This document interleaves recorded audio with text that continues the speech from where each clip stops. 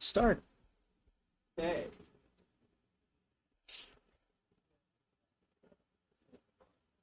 Oh, hello guys. You can all hear me and such. Cool, cool, cool, cool. Today I'm gonna show you how I make a piece. I usually make pieces in a glitch art style. I started out uh, with photography and on the computer doing Photoshop, doing a lot of photo editing, and then gradually over time, uh, I've gone on to Android and doing a lot more photo editing that side, and trying to do what's called glitch art or fractal art as well. And today we're going to use this piece from uh, Matt, as we can see right here. And the application I'm using is called OneLab. Uh, it's made by a solo developer who also made Glitch Lab, Mirror Lab, and Chroma Lab. We'll also be using Snapseed, which is a photo editing application from Google. So we'll start off with a photo of Matt. I think I'll choose this one. It looks a little dramatic.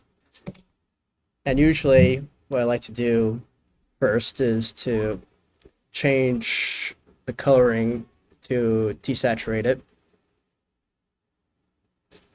About there. Bring up the contrast a little bit.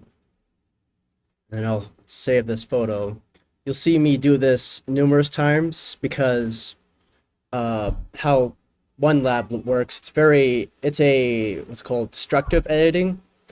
As so with Photoshop, you have like layers, you have a project file, you just save it to a project file.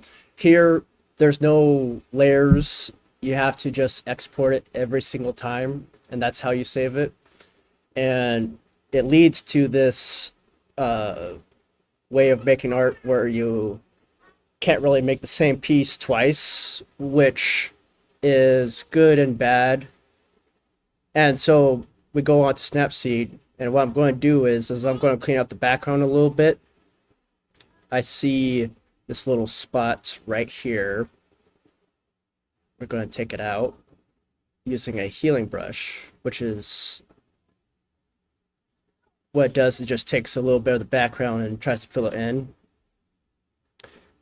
And I might take out the bench, but there's a different way that I'm going to try to do it on OneLab, and that's called replacing color, which is basically the same on Photoshop, where you choose a color and you replace it.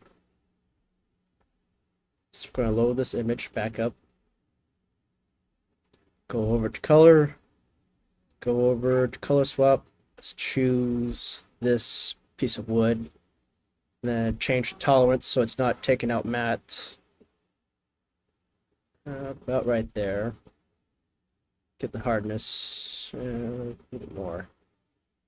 And then make this white. No, that's not what I want to do. White.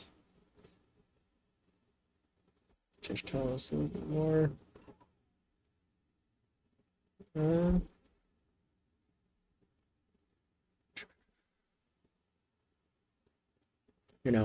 I have a better idea.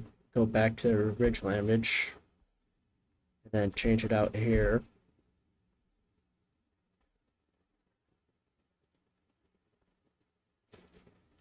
Let's black. Wait. Hardness.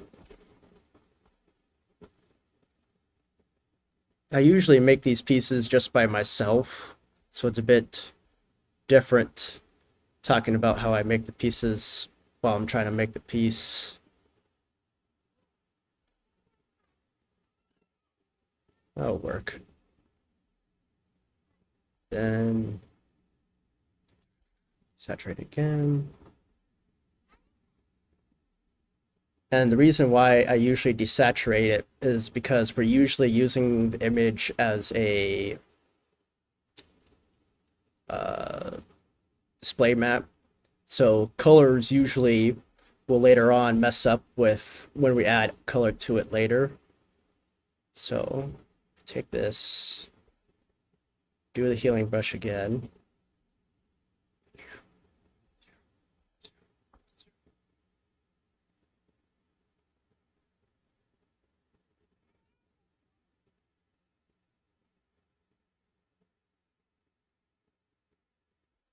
Okay.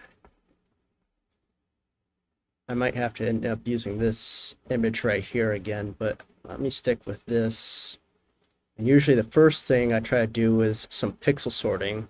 And basically pixel sorting, it takes, a pixel and drags it all the way down, whatever direction you prefer. And so this is a little bit much, so I'll take it back so we can see his face again. And then to bring back his face a little bit, I like to do what's called a combine, which is a bit like layers in Photoshop, where you blend two photos together. I'll use this one. Probably a little bit. Let's use. Yeah, that looks good. And then another effect I like to use is called random color dispersion. And basically, it's this random seed where it blurs out and adds chromic attribution. And what I like to do is to take it right to where his eyes are. Let's expand it a little bit. And then on OneLab and Glitch Lab, there's this thing called modifiers, where you can change what it affects an image. You could have it just for a square, a circle, a little radial fade, hue select, and one we're going to use today is color change. And basically this changes how your filter applies to it. This one is more for contrast based as opposed to hue based, and adds this certain effect where it looks a little ghostly, for lack of a better word. And then we can start to add a color. Sometimes on certain pieces I like to make it black and white. I usually like to use this effect called iterize, which is where it turns it grayscale, but on the outer edges, it leaves the color in, like so. If you can see the color, but there's not much left in there because we did not add saturation yet. So let me do that first. Basics, increase the saturation a bit. Colors, go back to iterize. And there we go. Actually, let me try to change the color palette. This is usually the hardest part, is trying to find a good color palette, because I got loads of images with really, really crappy color palettes. And I think what I'm going to do is add a fractal to his face. So I'm going to save here.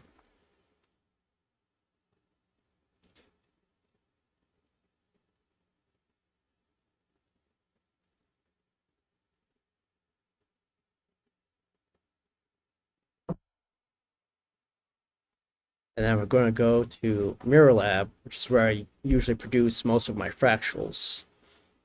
I'm going to take this image, and we're going to use what's called an inversion fractal. And basically fractals, they're repeating designs, usually dictated by an equation. You can't change the equations here, unfortunately, but they do give you some good presets and some good variables to change. And what we're going to use is the inversion.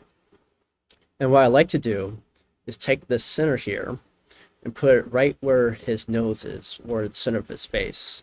So what I'm going to do is I'm going to X out of here real quick and do this really dumb thing where I just keep my thumb right above his nose so I know where his center of his face is, and drag the inversion to right there. I'm going to expand it a little bit because the reason why I'm expanding is later on when I add the fractal to his face, this, if I can show you, right here, it gets a little distorted and it looks unpleasing when you add it to the image. So we're just going to expand it right about here. And usually what I do right now is save it as two different file formats, as a PNG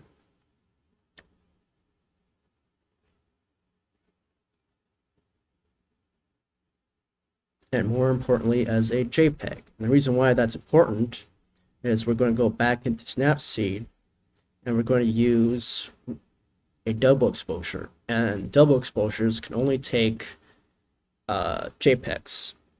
So we're going to go here, double exposure, and we're going to click right here, and it adds the fractals to his face, but right now you can't really see much, so you have to either go lighten or darken. I think I'm going to start with darken right about here. Yeah. I'm going to export here, but I'm not going to close out of this application quite yet. I'm just going to leave it open in the background. And what I'm going to do next is put a vignette over his face. Let's take this one. And we're going to do another double exposure and put it on top of fractal.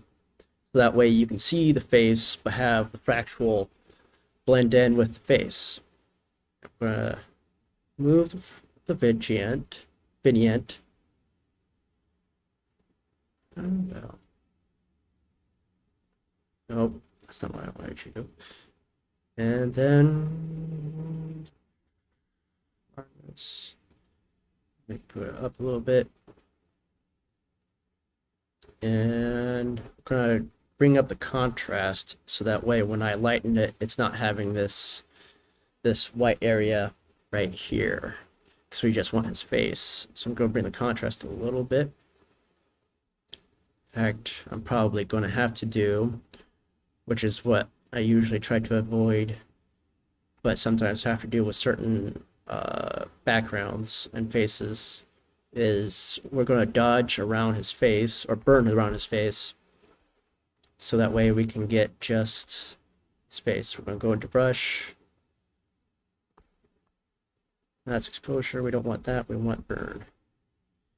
Going to go in, take out this background. And I usually avoid this because it takes a long time. But I'm going to try to speed up for you guys.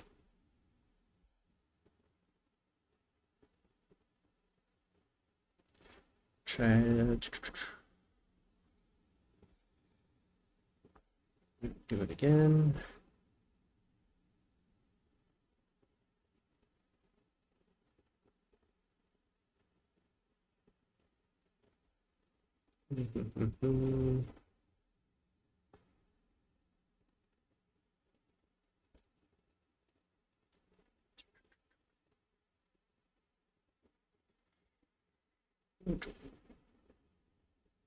And there we go. Export it out. We're gonna open it up in OneLab again and save it as JPEG so we can do the double exposure. That's not OneLab. Where? There.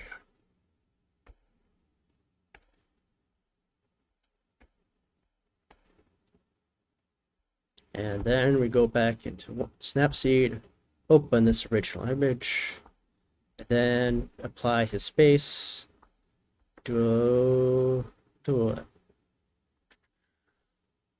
add, and put it right about here. a little bit too much. Right about there. And then it didn't do it because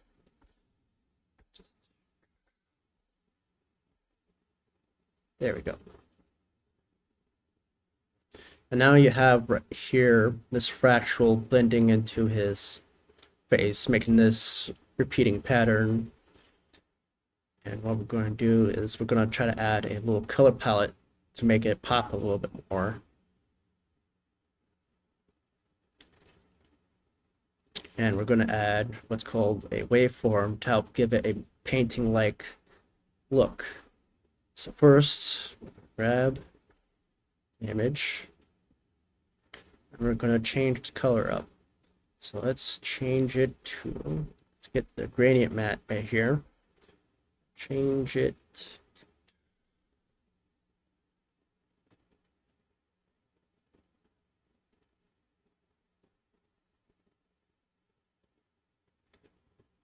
Yes, that looks good. We'll combine it later so it doesn't look, so that the contrast helps blend. But first, let's get good color in here.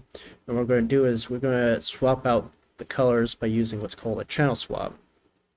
Basically, a channel swap, it just takes whatever color and switches the channels. But we're going to keep it right here because later on we're going to add a hue gradient like this, give it a nice purple orange glow out here. And now we're going to use what's called waveform, and it gives it this painting-like aesthetic. So this is what basic waveform looks like. And I don't usually use this one because once you use a modifier to color change it to give the painting look, it looks odd. Although you can't really see it here. So I'm just gonna bring up target, but actually it doesn't look that bad. Never mind. I was a liar.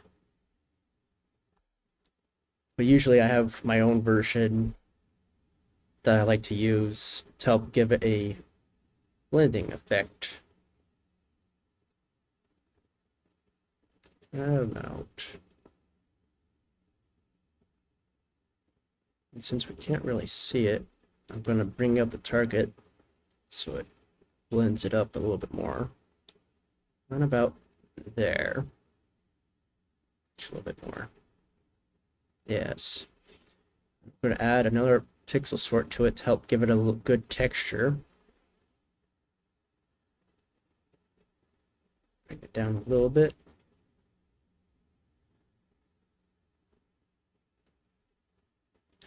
The last part, what I'm going to do is I'm going to try to change his face from earlier and invert his eyes, so that way I'll just add his eyes back to his face so it helps it pop out his facial expression. So we're going to go back to here. We're going to put in, let's see, if my memory serves right, we put in a white vignette because it's a, yes. Put it towards his eyes.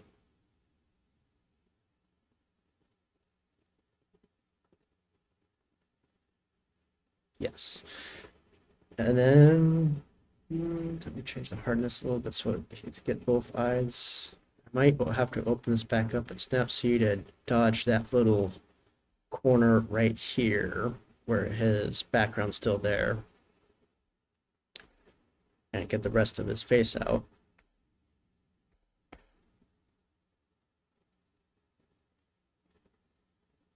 And then go back into Snapseed, open it up. This time we're using dodge instead of burn. Take out this corner. Take out his mustache and his nose.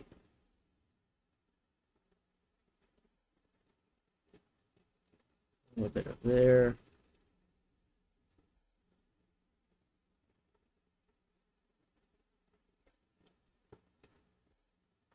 Do a little bit more. So we just don't want any of this background. Take out more of this. Not too much, but just enough to where it won't conflict with the eyes. And we're gonna tune it to where we get the eyes to pop out a little bit more before we invert it. There. And then export it out. Go back into OneLab, grab the eyeballs, and then invert it. About there. Save it as a JPEG again because we're going to use double exposure again. Go back into Snapseed. Open up this image. We're going to add the eyeballs. We're going to use add. It's not too much. It's right there. And I'm going to try to burn around the eyes so that the whiteness helps pop out.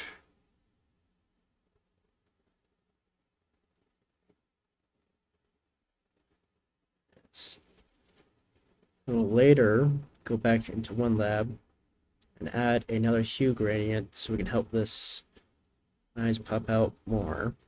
Put saturation to it.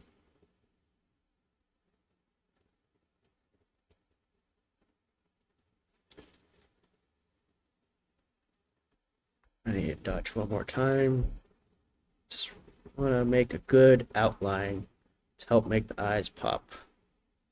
So that's usually in my pieces what draws your attention is the facial expressions blending in with the background with this fractal colorscape. Let's see how it looks. Okay. Actually, I'm gonna brighten these up and then saturate them again.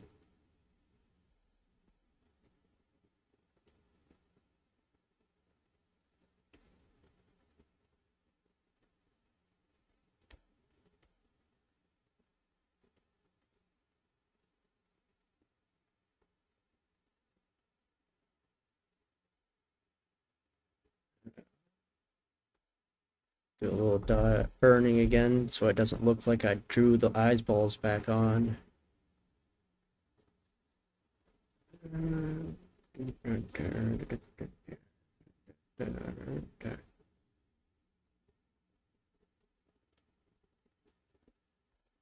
And saturate it. Actually, I'll just do this. Actually, you know, since you guys probably can't see it, I should have put on this filter so you could see what I'm drawing. But we're already almost done with the piece.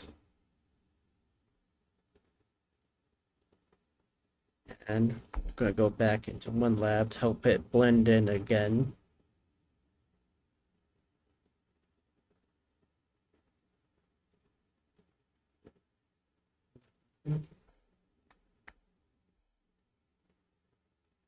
And the reason why you might notice I just keep closing these, when you're editing on Android, you have a limited amount of RAM.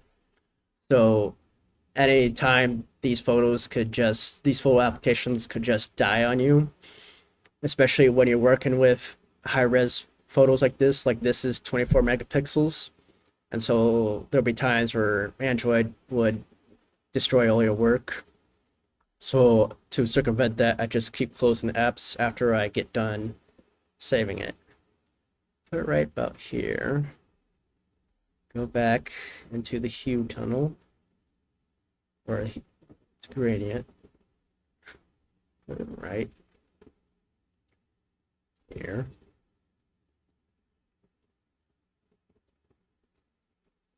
I did that wrong. Put the yellow, purple back in. And I'm gonna see. I like it so far, but I'm gonna see if I can combine it to help those eyes blend better. So after this is done saving, I'm going to go back into combine, go into source, load. Let's first try the regular eyes. Let's see if we can change it. Yeah, there we go. Looks a little bit better. And there is Matt as one of my pieces. Thank you. I started making glitch art back in 2018, 2019, but at the time, uh, these applications weren't really developed to the point where you could do high res photography like this. It was just like low res JPEGs, and I didn't really dive deep into it until about a year ago when these applications started getting much better.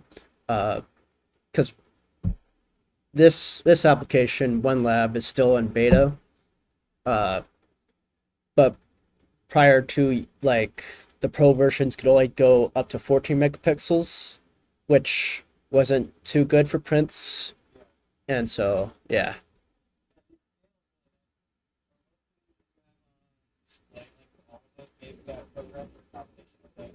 It's made with a combination of those. Some of them I've touched up in like Photoshop or more recently GIMP because I'm trying to avoid Adobe at all. Uh, and there's very few of those pieces where I've had to do it in Blender because sometimes, as you saw with Fractal, it's very limited with how many fractals you can use. And sometimes when somebody commissions you, they have a specific design in mind. And so you have to go into Blender or GIMP or whatever photo application I'm using at that time to help add more custom features to it. But the vast majority of those are just OneLab and Snapseed.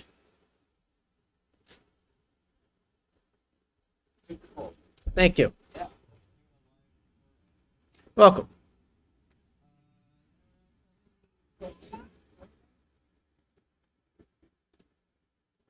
What was the what made me first s- so I did a lot of photography before this, and I can only go so far with photography. I did a lot of what's called, long exposure photography, and I wanted to create uh, art that better resembled what for I wanted to make art that better resembled my disease, which is schizoaffective disorder. And with photography, I wasn't getting there enough, so I started editing a lot on Photoshop, and I can only get so far with Photoshop without it being a very big hassle. And that's a large reason why I do a lot of Android photo editing. Uh, it's because it's very easy to it's very convenient to make a piece right then and there. Like I do a lot, like half of those pieces I made while I was at work or in a drive-through or wherever I'm at, and they better resemble the art I want to make. I'm still not there, but uh, which leads me. I have a question for the audience. How do you hire models in Indianapolis because I want to hire some people to take photos with to help make more custom poses and help make more custom art. Because there's only so much you can do to manipulate uh, a piece before it becomes too much of a hassle. Facebook groups. Facebook groups? You can reach out directly to people or like a group about, photo shoots Okay, and stuff. Yeah, you could. okay, that sounds good. I'll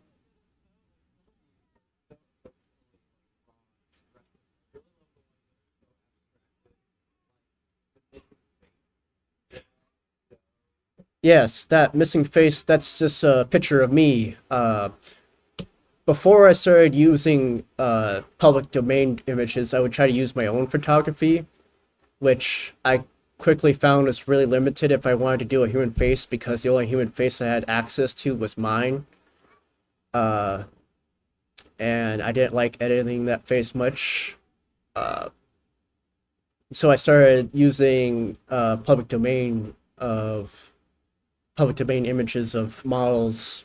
Like, I see if I could show you original. So if I go over, I'll show you the finished piece of one. Where is, let's go down to finished pieces. So here's one of my more recent pieces. And then if we go down to where downloads was, oh, it disappeared on me. Never mind. I lied. The photo never existed. But anyways, uh, I try to find pictures of models that I can help either have a good expression in the first place or have something I can manipulate. Because some of these were like happy models, and I kept changing it until the face became a little bit more darker, more psychedelic. And that's why I do a lot of inversion of the eyes, because when you invert the eyes, it helps give it a little more uh, darker presence, if that makes sense. What was your?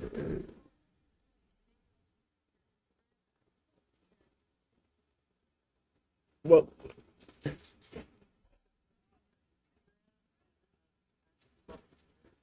yeah.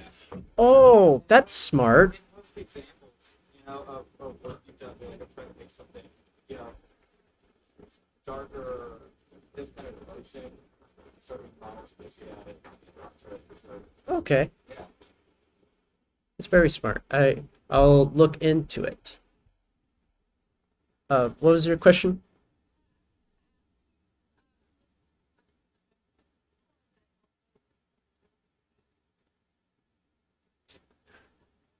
So I did do other subjects, like if I'll show here. Uh, go into my finished pieces, and I'll show you some in the earlier examples if I remember to save them. If not, I'll just have to stoop on my Instagram. But like this one's just a bunch of eyes. Uh, another eye fractal.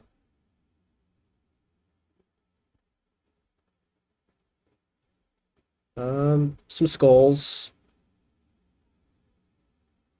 and yeah, here's like one. This used to be a mountain before I changed it up to try to make it look like it's flames. Uh, and I wonder if I could find it. Oh yeah, I did this one recently, a lighthouse. But yeah,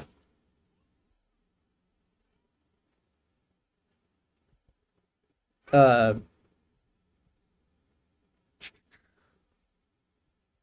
but yeah.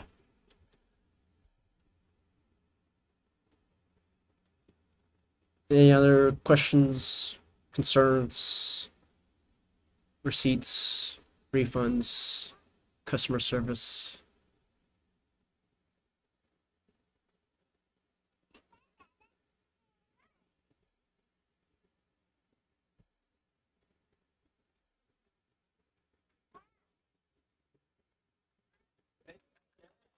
Welcome.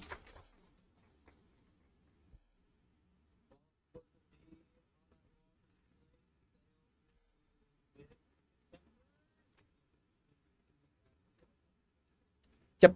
Thanks, Wallace. Thank you.